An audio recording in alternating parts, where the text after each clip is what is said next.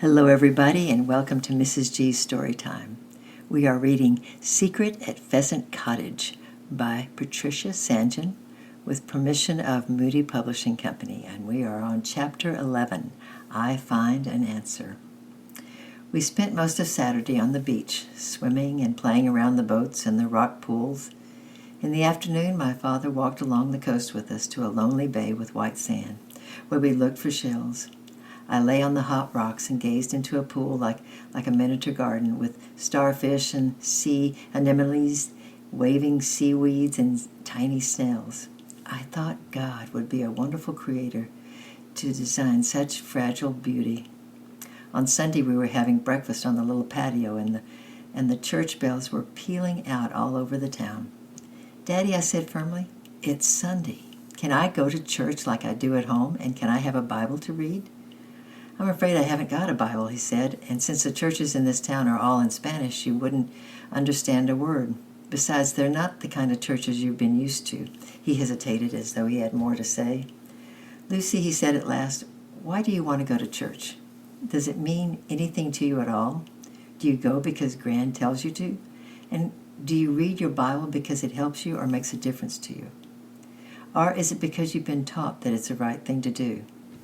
Think it out and give me an answer. I really want to know. I don't like people who just pretend to be good or religious, and I don't want you to be one." I stared at him and knew that none of the answers I could have given would satisfy him. Lola and the children had gone to Mass in their best Sunday clothes, and the bells had stopped ringing. My father seemed more breathless than usual, and I hadn't the heart to ask him to come to the beach, so I sat beside him and wrote to Gran. Then I went down to the beach to look for shells by myself. We were invited to dinner at the inn kitchen, where we gathered around the table, under sides of bacon and bunches of herbs and garlic hanging from the ceiling. Several bottles of wine were drunk, and everyone became very happy and talkative. By the time we finished, it was late in the afternoon. Sunday was hurrying past, and I had still no answer to Dad's question, nor any solution to my problem. For the first time, I felt really lonely, and I thought of the old woman up the hill, and I would go visit her. "Daddy," I said, "I'm going to visit an old woman who lives on the other side of the eucalyptus trees. Can I take one of your peaches to her?" "Take her too, Lucy." He picked out the best and put them in a bag. "I'm glad you're making friends around here. You'll be chattering Spanish in no time, and I want you to love Spain. Don't go far and come back before sunset." I slipped out quietly in case the other children saw me and wanted to come with me. I liked being with them, and I loved Rosita, my amiga, but now I wanted to be alone. It was still very hot, and I was glad for the shade of the eucalyptus trees. I liked their smell and the rustle of their dry leaves, and the whirling sound of the cactuses that made such a noise that I could never see. I walked slowly, thinking about Dad's questions. What did church really mean to me? I thought of Sunday at home, putting on my best clothes, singing the hymns as loudly as I could, making up stories and poems during the sermon, and hoping it wouldn't be too long. Grandpa falling asleep and Gran looking at us out of the corner of her eye. The prospect of a roast for Sunday dinner, my favorite pudding, and a free afternoon. Did church really mean anything more? I couldn't honestly say that it did, except very occasionally, like on Good Friday or Easter Day. When I came to the house at the edge of the vineyards, there was no one to be seen. They were probably all still having a siesta and would come to life at sundown, so I knocked rather timidly at the old woman's door, and it was opened immediately by her little granddaughter. I peeped in, and there was my friend sitting at the table, her glasses on her nose, reading her Bible. Why, what did it mean to her? Something, I was sure, judging from the look on her face. Since I couldn't speak to her, I did a strange thing. I went straight up to her and put the peaches on the table, and then I pointed to the book and repeated the word that the children at the end said about 100 times a day, "Por qué?" which means why. She did not seem at all surprised. She just pointed to the word on the page and I squatted down beside her to look. The word was Jesus. It was the same in English as it was in Spanish. She spelled, pointed out upward, and then said simply, "Jesus es mi amigo." Amigo. It was the word Rosita used when we walked down the road arm in arm, and she introduced me to everybody. Amiga, because I'm a girl, but the same word.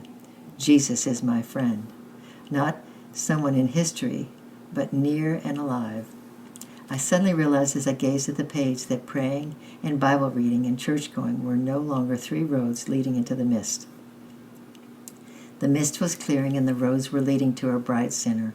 They led to Jesus, not a person in the storybook who died hundreds of years ago, but someone who was alive now.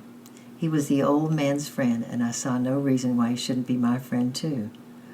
For I suddenly knew that this was what I had been looking for all the time, not words or rules, but a person. The discovery was so great that I wanted to stay near the old woman whose friend was Jesus, but we couldn't find any more words in common. Somehow I found myself on a dirt track that led to the farm, and there in front of me was the stone cross, which now seems very important because it was on a cross that my friend Jesus had died. "Thank you," I said, looking up at it, and at that moment I knew what saying my prayers really meant. It was just talking to my friend, saying thank you, telling him things and knowing that he was listening. It was too hot to stay long near the cross, and I sat under an olive tree nearby and stared across at it and started to talk to him.